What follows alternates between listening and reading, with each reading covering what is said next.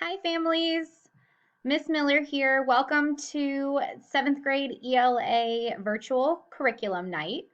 I want to start off by showing my families a little bit about our Canvas page, since everything that we do this year is going to be on Canvas, especially in remote learning. This is your go-to hub for all information. So you can see my screen here. This is our home page. This is what your scholar sees every day. And if we scroll down a little bit, I have written instructions here of how to find today's materials. So every day we start off by clicking on modules, and I'll walk you through exactly what this looks like for your scholar. So you could click on modules. It will bring up a list of all of the modules that we have, which is day by day. And once it loads, it should take us all the way down to our most recent modules. And so I'll kind of give you an example of what this looks like each day. So I label them with the date and then in general what we are doing that day. So our scholars will click depending on their block. So my first block scholars would click first block objectives and student worksheets. And my fourth block scholars would click where it says third and fourth block objectives student worksheet. Each day I also have a space for the students to turn in their student worksheet. And I'll show you an example of what that might look like. So this is our main page for each one of our daily routines. So this was an example from Monday. We've got our objectives. So by the end of class, what will we be doing? And then we have our student worksheets. They click and make a copy. I also translate each one of those student worksheets into Spanish. So if that is helpful for your scholar, that is always available there.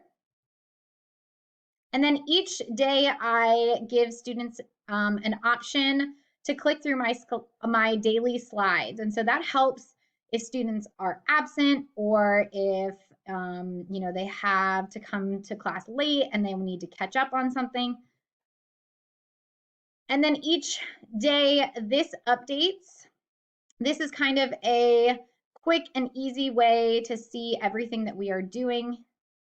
We've got our objectives, the agenda, which links directly to my slides, and then our final to-dos and tasks. So at the end of class, these are the things that the student really has to get done, including turning in the student worksheet, which is linked exactly where they would need to do that. And again, this updates, and so this, you can see, goes back to every day that we have been in class all the way back until August 17th, the first day. So that is an example of where we start our day. I want to go back to my home page and show you some more materials that are helpful for your scholar as well as for yourself. So there's this to-do list over here. This will show up with all of the assignments that your scholar needs to turn in. Hopefully, your scholar only has these two things from today, October 7th, some reminders, and then the directions for the day. If there are more items on this list, that means that your scholar has some missing work and needs to turn all of that in. So further down on my main page, you can click right here to join the Remind. This is probably the easiest and quickest way to get in contact with me because it will go straight to my cell phone. There's also a link here that I want to show you. This is a list. Oh, I guess I can't see it in student view. Sorry. This is a list of all of the assignments with the link, how to turn it in.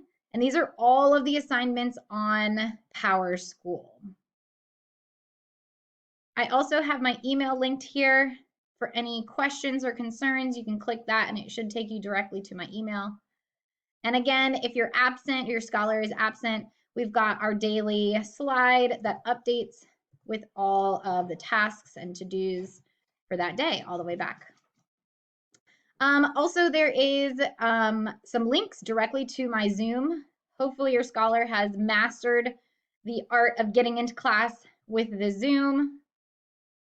And then I've got some links for my office hours. My office hour time is 8 o'clock on Tuesdays. And I've got a parent portal there, which will take you to that Google Drive that I created for parents with some extra information. So that is my Canvas page. And I want to give you guys a little breakdown of where we have been focusing our time and then where we are going to go in the future. So ELA is broken down into 3 modules. And that's confusing because daily we have modules, but basically all that means is that we have 3 main texts. So our module 1, we have been focusing on the that anchor text, A Long Walk to Water. So we have talked a lot about the context of life in South Sudan. We are looking at that text, A Long Walk to Water, which splits into 2 different narratives. And so a lot of our focus has been focusing on the foundations of a fictional text, talking about setting and plot and characters. Each one of those modules, so the anchor text, is broken down into 3 units. We have already completed Unit 1, which was focusing on the foundations of the fictional text. In each unit, there is a formal test, a unit mid-unit assessment, and an end-of-unit assessment. So we have finished with Unit 1, and we are in the middle of Unit 2. And Unit 2 is focusing on those research skills. So we talked about how do we research, how do we ask Google questions using keywords. And all of Unit 2 is going to lead up to a compare and contrast essay. So we have read 3 different informational texts talking about real life accounts of the lost children of Sudan. The students are going to start writing the essay next week, comparing and contrasting our novel, A Long Walk to Water, with one of those real life accounts. Unit 3 is going to focus on language. So we're going to cover concepts like tone and mood, looking at the audio book and how the audio can help with that tone. How do we figure out the mood of a story? So then we move into module 2, which means that we're moving into our next anchor text. The next anchor text is focusing on the Harlem Renaissance. So I'm really excited about that. It's going to focus all on poetry. Again, that module with that anchor text is going to be broken down into 3 units. Unit 1 is going to focus on the foundations of poetry. So looking at figurative language, especially. We're also going to expand more on our discussion that we started with A Long Walk to Water, focusing on themes, so themes of poems.